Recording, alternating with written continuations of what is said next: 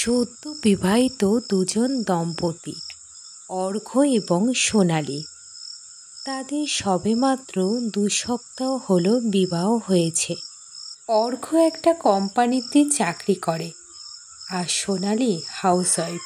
এক সন্ধ্যায় অর্ঘ্য অফিস থেকে আসার পরে তাদের মধ্যে কথাবার্তা হচ্ছিল। সোনালি, তুমি মনে হচ্ছে আমার ওপর খুব রাগ করে আছো।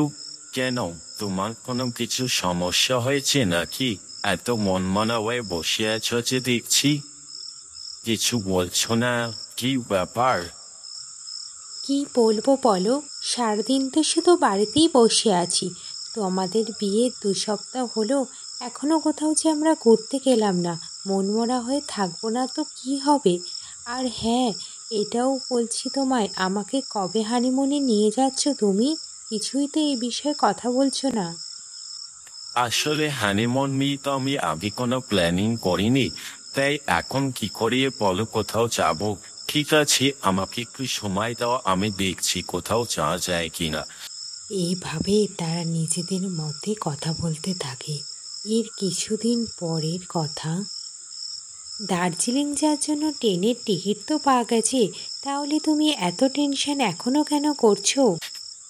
আরে সোনালি, ব্যাপারটা তিনি টিকিট নিয়ে না, ব্যাপারটা হচ্ছে আমি যদি এখন কোনো রকম হোটেল না পাই ওখানে গিয়ে, তাহলে আমরা ওখানে গিয়ে থাকবোটা কোথায় সেটাও তো আমাদের ভাবা উচিত। দিয়ে আমি একটুখানি টেনশনে আছি, তবে তুমি বেশি চিন্তা করো না, আমি দেখছি কি করা যায়। শোনো, আমি অত টেনশন নিতে একদম পারবো না। তুমি টেনশন করছো, তোমার মতোই করো। আমি শুধু আনন্দ করছি আমরা এবার দার্জিলিংয়ে হানিমুনে যাব। উফ, আমার ছোটোবেলার থেকে সেই শখ, পাহাড়ে ঘুরতে যাব। এবার আমার সেই ইচ্ছাটা পূরণ হবে। তুমি না অত টেনশন একদম নেবে না, বুঝেছো? এইভাবে তারা স্বামী স্ত্রীতে মিলে দুজন দুজনের সাথে আলোচনা করতে থাকে। এইভাবেই সময় চলে আসে। তাদের ঘুরতে যাওয়ার দিন, আগের দিন রাত্রিবেলা তারা দুজনে মিলে আলোচনা করছিল। তুমি কি এখনো মনমরা হয়ে থাকবে? আরে কালকে আমরা ঘুরতে যাব, এখন তো অন্তত একটু হাসো। সারাক্ষণই শুধু মনমরা হয়ে টেনশন করো। আরে সোনালি, আমার টেনশন হবে না। আমি যে ঘর বুকিং না করি দার্জিলিং এ যাচ্ছি, যদি ওখানে না পাই, আসলে এখন তো ঘুরতে যাওয়ার সিজন চলছে, তাই একটু ভাবছি। তবে তুমি টেনশন করো না, শুয়ে পড়ো তাড়াতাড়ি, কালকে ওদের সবাই সকালে উঠতে হবে। এরপর তারা নিজেদের মধ্যে কথাবার্তা শেষ করে ঘুমিয়ে পড়ে।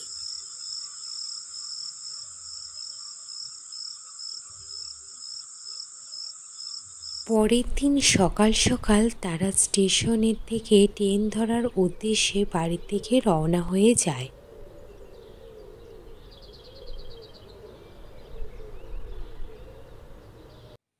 এরপর তারা যখন দার্জিলিংয়ে এসে পৌঁছায়, তখন রাত 11টা বাজে। চারদিক একেবারেই ফাঁকা ছিল, কোনো মানুষজন সেখানে ছিল না। তারা কিছুটা হাঁটার পরে একটা হানিমুন হোটেল দেখতে পেল। তারপর সেখানে তারা গিয়ে পৌঁছালো।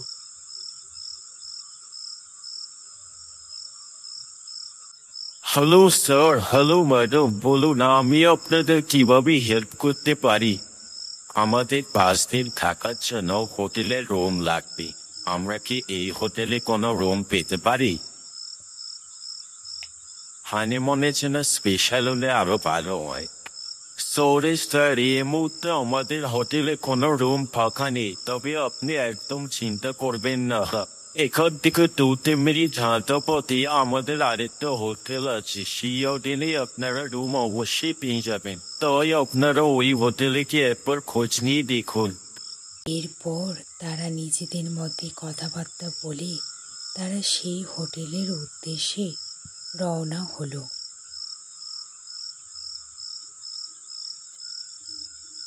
তারপর তারা সেই হানিমুন হোটেলের সামনে এসে পৌঁছালো। সেই হোটেলটা ছিল আগের হোটেল থেকে আরও বেশি রাজকীয়। হ্যালো স্যার, হ্যালো ম্যাডাম, স্বাগত জানাই আমাদের এই হোটেলে আপনাদেরকে। বলুন কিভাবে সাহায্য করতে পারি আপনাদেরকে? আমাদের 5 দিনের জন্য একটা রুম লাগবে, তো আমরা এই হোটেলে কি সে রুম পেতে পারি? হ্যাঁ স্যার, হ্যাঁ ম্যাডাম, আপনারা অবশ্যই পেতে পারেন। আমাকে একটু সময় দিন, আমি এখনই চেক করে বলছি আপনাদের জন্য একেবারে স্পেশাল হানিমুনের জন্য কোনো রুম আছে কি না। এরপর সেই রিসেপশনিস্ট ভালো করে চেক করে নিয়ে তাদেরকে বলে, হ্যাঁ স্যার, আপনাদের জন্য একেবারে হানিমুন স্পেশাল একটা রুম আছে, আর সেই রুমটা খুব ভালো করে সাজানোও আছে, আপনাদের থাকার জন্য একেবারে উপযুক্ত। এরপর অর্ঘ্য আর সোনালি সেই রিসেপশনিস্টের সঙ্গে ভালো করে কথাবার্তা বলে নিয়ে সেই রুমে এসে উপস্থিত হলো। তারা ভালোভাবে রুমের চারদিকটা দেখে নিচ্ছিল।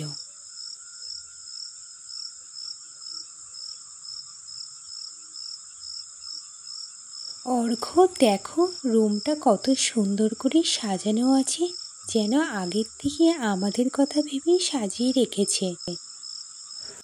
যাক, অবশেষে তো রুম পাওয়া গেল। আমি এখন সম্পূর্ণ টেনশন মুক্ত হয়েছি।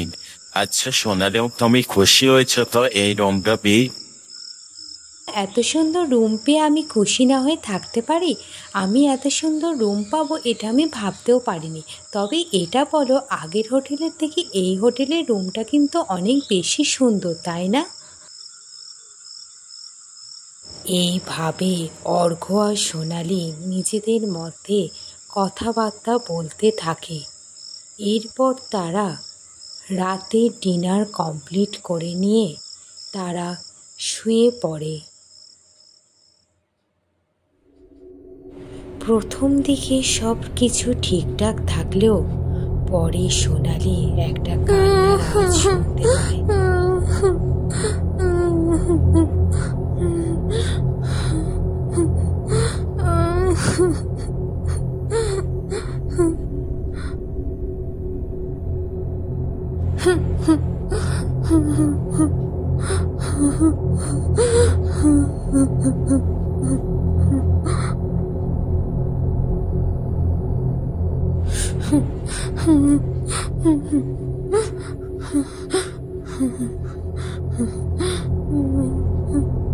সোনালি প্রচণ্ড ভয় পেয়ে যায়। সে তখন শুনতে পায় দরজায় যেন কে কড়া নাড়ছে।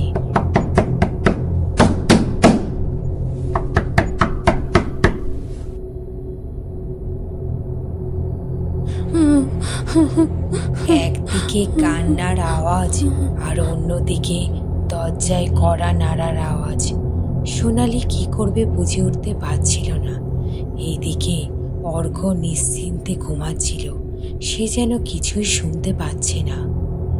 সোনালি অনেকক্ষণ ধরে বসে ভাবছিল কি করবে, কি করা উচিত তার এখন। সে তখন নিজে দরজার দিকে এগিয়ে গেল। এরপর সে দরজার সামনে যেতে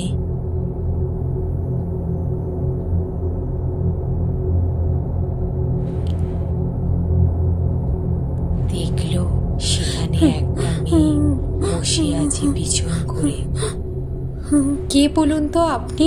এত রাত্রে কেন কাঁদছেন? আপনার কি কোনো সমস্যা হয়েছে? তাহলে আমাকে বলুন। সোনালি দেখল মেয়েটা কোনো উত্তর না দিয়ে সেখান থেকে সোজা সামনের দিকে এগিয়ে যাচ্ছে, কিন্তু তার যেন পা পড়ছে না মাটিতে। সোনালি তার পিছন ধরল। সে সিঁড়ি দিয়ে নেমে এসে দেখল মেয়েটি খোলা চুলে দরজার সামনে দাঁড়িয়ে আছে। সোনালি তখন তাকে আবারও জিজ্ঞাসা করল, আচ্ছা আপনি এত রাত্রে এখানে কেন দাঁড়িয়ে আছেন বলুন তো? একবার মুখটা এদিকে ঘোরান না, কি হয়েছে আপনার সেটা তো বলবেন। আরে কি হলো বলুন কিছু। তখন কোনো উত্তর এলো না, কিন্তু হঠাৎই মেয়েটা সামনের দিকে ফিরল। সেই দৃশ্য দেখে আঁতকে উঠল সোনালি। এ কি দৃশ্য! সে এক ছুটে তার স্বামীর কাছে গেল আর তাকে গিয়ে সব কাহিনী বলতে লাগলো। অর্ঘ, এই হোটেলে কিচ্ছু ঠিক নেই। আমি এইমাত্র দেখলাম যে নিচে একটা মহিলা দাঁড়িয়ে আছে। সে কোনো স্বাভাবিক মহিলা না, কোনো প্রেতাত্মা। তুমি একবারটি চলো, গিয়ে দেখবে। আমার কিন্তু খুব ভয় করছে, চলো না একবার গিয়ে দেখবে। সোনালি, রাত হয়েছে, আমার মনে হয় তুমি কোনো বাজে স্বপ্ন দেখেছো। কেন তুমি আমার কথা বিশ্বাস করছো না? সোনালি, এখন অনেক রাত হয়েছে, এখন চলো ঘুমিয়ে পড়ি, কালই বিষয়টা নিয়ে পরের দিন সকালে অর্ঘ সেই রিসেপশনিস্টের কাছে গিয়ে সব কথা বলল। রিসেপশনিস্ট তখন তার কথা মন দিয়ে শুনছিল। সে তখন সেখানকার সিসি ক্যামেরা চেক করে দেখল, কিন্তু সে কিছুই দেখতে পেল না। না স্যার, আপনার মনে কোথায় ভুল হচ্ছে। আমি এখানে কোনো কিছু দেখতে পাচ্ছি না। আপনি ম্যাডামকে গিয়ে বলুন এটা সত্যি না, এটা কোনো স্বপ্ন ছিল। এরপর অর্ঘ সোনালীকে গিয়ে সব কথা বলল, তার সাথে রিসেপশনিস্টের কি কথা হয়েছে।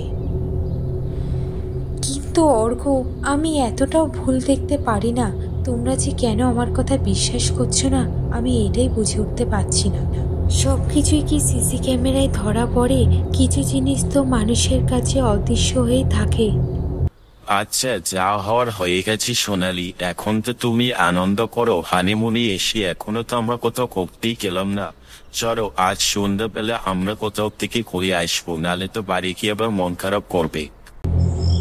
এরপর সন্ধ্যার দিকে সোনালি আর অর্ঘ দুজনের মধ্যে কথা বলছিল। তখন চলো সোনালি, আমরা এখানে কাছদার থেকে ঘুরে আসি। তুমি কিছু প্লিজ মনে করো না, আমার আজকে মাথাটা খুবই যন্ত্রণা করছে। জানি না কেন আমার সাথে এরকম হচ্ছে এখানে আসার পর থেকে। তুমি আমার জন্য একটু ওষুধ নিয়ে আসতে পারবে বাইরে থেকে? এরপর অর্ঘ সোনালির জন্য ওষুধ নিয়ে আসার জন্য বাইরে যায়। সে তখন একটা চায়ের দোকানে আসে। আচ্ছা, আপনি কি বলতে পারেন এখানে কাছেদারি কোনো ওষুধের দোকান আছে কিনা? না, এখানে তো কাছে ধারে কোনো ওষুধের দোকান নেই। তবে আপনি এখান থেকে হাঁটা পথে 15 মিনিট হেঁটে গেলে একটা ওষুধের দোকান পাবেন। আপনারা কি এখানে ঘুরতে এসেছেন? কোন হোটেলে উঠেছেন? এখানে হানিমুন হোটেল নামে একটা হোটেলে আমরা উঠেছি। আসলে কালকে থেকে আমার বইয়ের শরীরটা খুবই খারাপ।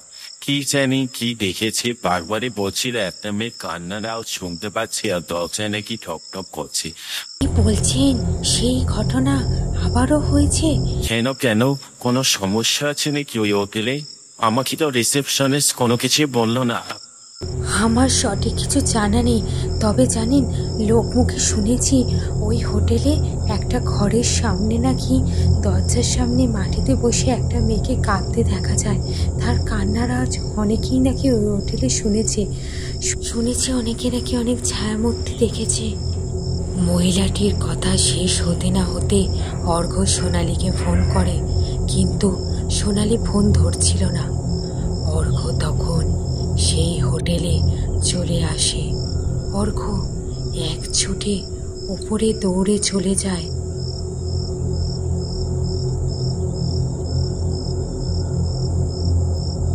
অর্ঘ রুমের মধ্যে এসে চারদিক দেখে, কিন্তু সে সোনালীকে কোথাও দেখতে পাচ্ছিল না। সোনালী ঘরে ছিল না। অর্ঘ বারবার সোনালীকে ডাকছিল। সোনালি, সোনালি, তুমি কোথায় গেলি? সোনালি, সোনালি। অর্ঘ বাথরুমে এসে চারদিকটা লক্ষ্য করল, কিন্তু সোনালী সেখানেও ছিল না। অর্ঘ সোনালীকে পাগলের মতো খুঁজতে লাগলো চারদিকে। তারপর অর্ঘ বাইরে এসে দেখল সোনালী মাটিতে বসে কান্না করছে। সোনালি, তোমার কি হয়েছে? সোনালি, তুমি এখানে বসে কেন কাঁদছো? সোনালি, আমি তো এসে গেছি, আর তোমার কোনো চিন্তা নেই। তুমি ঘরে চলো সোনালি, ঘরে চলো সোনালি। এরপর অর্ঘ সোনালীকে ঘরে নিয়ে গিয়ে কথা বলতে থাকে সোনালীর সাথে। সোনালি, তুমি চিন্তা করো না সোনালি, তুমি যা দেখেছো তা ভুলে যাও। ওটা একটা স্বপ্ন ছিল, আর কিচ্ছু না। বেদাত্তা বলে কিচ্ছু হয় না সোনালি, সবচেয়ে মিথ্যে। তখন সোনালি তাকে আঙ্গুল দিয়ে জানলার দিকে তাকিয়ে ইশারা করে বলে, মিথ্যাই যদি হবে তাহলে ওটা কি? অর্ঘ নিজের চোখকে বিশ্বাস করতে পারছিল না। জানলার সামনে একটা কালো ছায়ামূর্তির মতো একেবারে চুপচাপ দাঁড়িয়েছিল। সে কোনো নড়ছিল না, তার চুল ছিল উস্কো খুস্কো, তার যেন নিঃশ্বাসও পড়ছিল না। সে কে দেখে অর্ঘ আর সোনালি একেবারে চমকে ওঠে। সেই মহিলাটি সামনে ঘুরতে হঠাৎই তার ভয়ঙ্কর মুখটি সামনে দেখা যায়। সোনালি আর অর্ঘ প্রচণ্ড ভয় পেয়ে দৌড়ে নিচে রিসেপশনিস্টকে গিয়ে সব কাহিনী জানাতে থাকে। রিসেপশনিস্টকে তারা সব কিছু বলছিল। তখন রিসেপশনে এই হোটেলের মালিককে ফোন করে। তারপর সে সব কিছু বলে, স্যার আপনাকে এখনই এই হোটেলে আসতে হবে। এই হোটেলে একটা ভয়ঙ্কর ঘটনা ঘটে গেছে আজকে, আপনি এখনই চলে আসুন স্যার। এরপর হোটেলে সেই মালিক সেখানে আসে, আর সে তখন তাদের কথা শুনে সব কথা তাদেরকে বলতে থাকে। এই হোটেলে আজ থেকে 1 বছর আগে একজন নবদম্পতি হানিমুন করতে এসেছিল। তাদের প্রথমে সব কিছু ঠিকঠাকই ছিল, কিন্তু হঠাৎই রাত 12টার পরে তার স্বামী হোটেলের বাইরে বের হয়। কিন্তু কি জানি কোন কারণবশত তার স্বামী আর ফেরে না হোটেলে। তখন সেই মহিলা তাকে খুঁজতে এই হোটেলের বাইরে বের হয়, কিন্তু তারপরে তারা দুজনে এই হোটেলের দিকে নিখোঁজ হয়ে যায়। অনেক খোঁজাখুঁজির পরেও তাদেরকে এই হোটেলে আর পাওয়া যায়নি। তাদের নিখোঁজ হওয়ার পর থেকেই শোনা যায় এই হোটেলে একজন মহিলার কান্নার আওয়াজ। তাই এই ঘটনা আপনাদের সাথে ঘটেছে। আমি খুব গভীরভাবে দুঃখিত। আসলে আমাদের এই রিসেপশনিস্ট নতুন এখানে এসেছে, তাই সে এগুলো জানতো না। তাই আপনাদের সেখানে আমার রুমে থাকতে দিয়েছিল। পারলে আমাদের ক্ষমা করে দেবেন। এরপর সেই 151 রুমটি চিরদিনের জন্য বন্ধ করে দেওয়া হয়।